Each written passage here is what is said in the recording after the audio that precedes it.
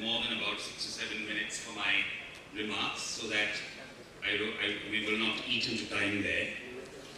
You see, that the real estate sector is going through difficulties, or has been going through difficulties for many years, is well known to everybody.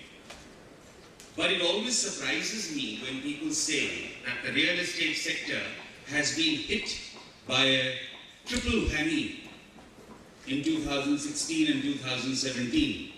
And they count in these three things, demonetization, GST and RERA. Now, I'm not talking about demonetization and GST, but to count RERA as something that has created a problem for the real estate sector is not really correct. In fact, what we have been seeing over the last 1.5 years that RERA has been in operation is that it has actually helped all the stakeholders in the system. You see, as has again and again been pointed out, the RERA Act, it is citizen-centric, no doubt about it. It is citizen-centric, but it was to create, to redress an imbalance in the entire sector. But yet the Act is there for all the actors, all the stakeholders in the sector. If it was merely for consumers, as some people understand it to be, then there would have been absolutely no need for the RERA Act. We could simply have had an amendment in the Consumer Protection Act saying that in every district there will be one additional bench that will hear real estate cases. And that was that. But that is not the case. The whole thrust of the RERA Act is to promote the real estate sector, of which consumer protection is one part, but it's only one part. The entire promotion of the sector is envisioned in the Act. And today, in this session, we are focusing on the transparency that RERA has brought into the system. And how has it made the entire system transparent? You see, perhaps for the first time in Indian legislative history, there's an act in itself mandate the use of ICT in working. And the website that RERA has is an intrinsic part of its working, mandated in the Act, in Section 34 of the Act. It is not simply like, every other department of government has a website that says we are doing this, we are doing that, and you can go there. They may update it, they may not update it. In RERA, the Act says that the authority will maintain a website and these things will be on the website. This information will be there about every project, about every promoter, about every real estate agent. These will be there about the cases that are going on. This will be the level of transparency. So, more transparent than this, it is extremely difficult to get. Everything is known about the project, everything that is relevant to know about the promoter, it is there on the website, it is updated every 3 months. Then, the other important thing, and RERA is actually doing the monitoring for the citizen. Because RERA is supposed to not simply put up the information, but to monitor it. Then, of course, there is no difference between a private promoter and a government agency. The Act makes no difference whatsoever.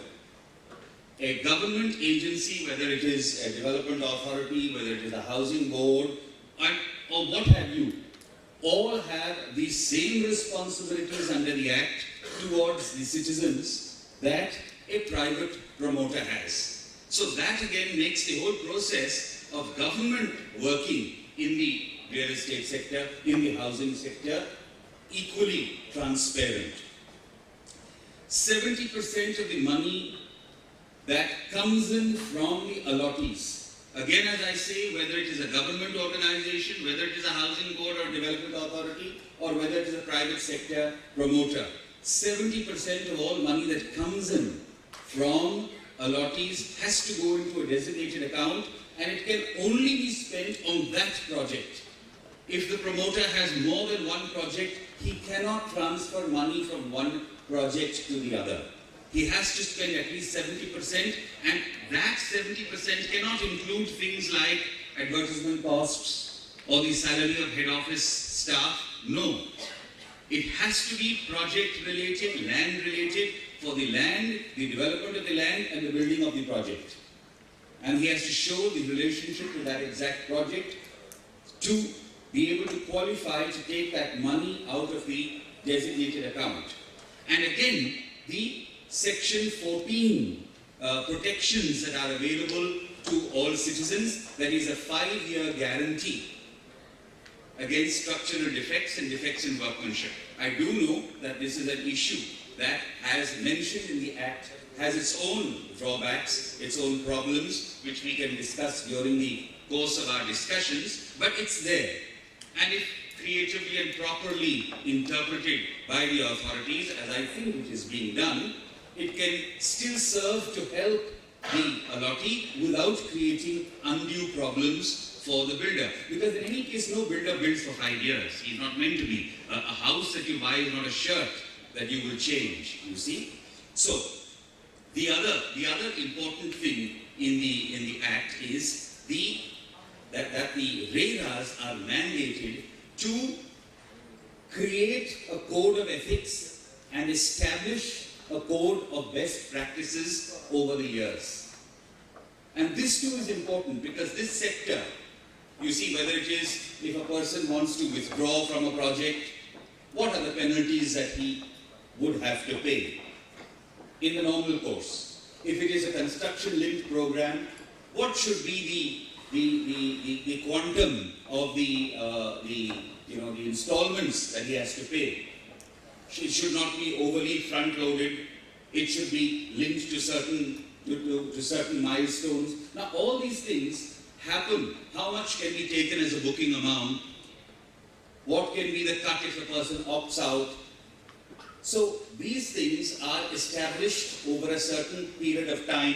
Can you make club membership compulsory? In what circumstances can you do it?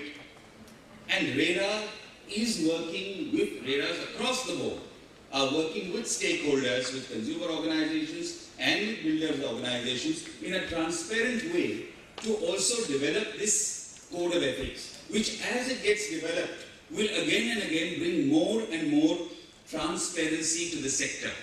I will only wind up these remarks, as I promised 5 minutes, so I'll stick to the 5 minutes, to say that RERA has yet to be able to find solutions to the stressed assets issue.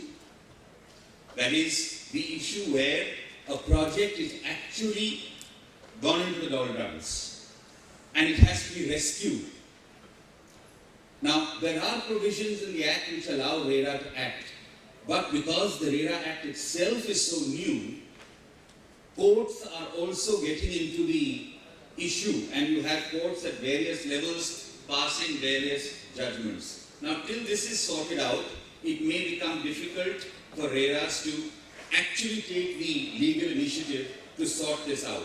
But when the Act was passed, this is what was envisioned, that even stressed assets would be an issue that RERA would be able to help to get a project out of the doldrums. And the second issue is the issue of implementation of RERA orders. Because there have been complaints from places that RERA has passed an order, but they are not, those orders are not always honored, and then the procedure is of course the case that you have to go after that to a civil court or go to the collector of the district. The procedure is a bit cumbersome. These things have to be sorted out, but even with the limitations that are there in the Act, it has indeed brought a high level of transparency in my opinion. Thank you.